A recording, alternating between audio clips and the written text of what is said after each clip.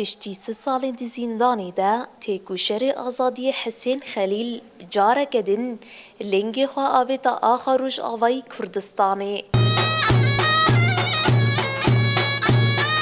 Hesênê ku di sala 1994 de tevlîrefên gerîlayên azadiya Kurdistanê dibe, lê çiyayên Amanosê piştî şerekî dijwar ji aliyê dagirkeran ve têgirtin. Piştî wê cezayên pir giran yên muebbet li Hesên dibirin. هذا قادا قرتيجه هذا راسي جوك مرد بي قرتيجه هيك هستي جدا مرد شيء كرن لو قادا قادا خلي زدايا قادا كسينور كريا إنسان حرسيرم هاتي دور خستنا محروم كرنا وقت ما ركوا بيجي أجاي إنسان جد سوتش نابي لف داره دا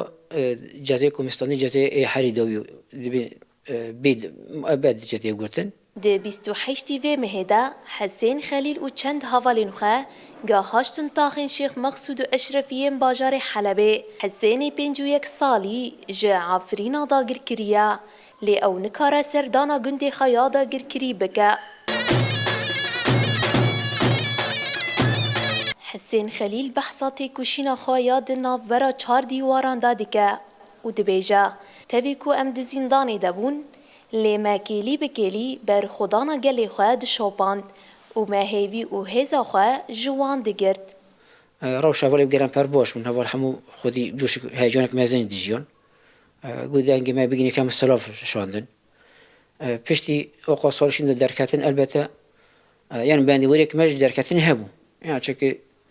امنیکا می‌نامید حبس دفش خبردن خاطر کی مرنی بکنه تام چوتی مگوین کاری که می‌کنی نیوی جمعه اما دوام بکنه جبو ویم تام خودی هیوی بون و باوری ما خورد هبو. تیکوشر آزادی حسین خلیل پیام حوالین خوین د زندانی ده کوجبو آزادی گل لبر خاددن به مرا پاروکر. چتی کو هیچ کو مثلا گو ببینه هن خاری گرینگ هنه یک جوانه هیوی ماج آزادی گلی کرده هیوی ما میجن جواک کو ام دغازن آوا بکرنه اویا که ایدن باوری ما بخطر خستنه بسروکی ما بشهید ما وانه و برخدان گلی مایا و آسیسی لیزی ده بکم او هری که هم مهم حسکن هوالتیه اگر اف حرس خاله طب خاله دنجی هنه اما مهم است کنم وام اف حرس تنوانا انسان نکرد حبس دو قصال بمینه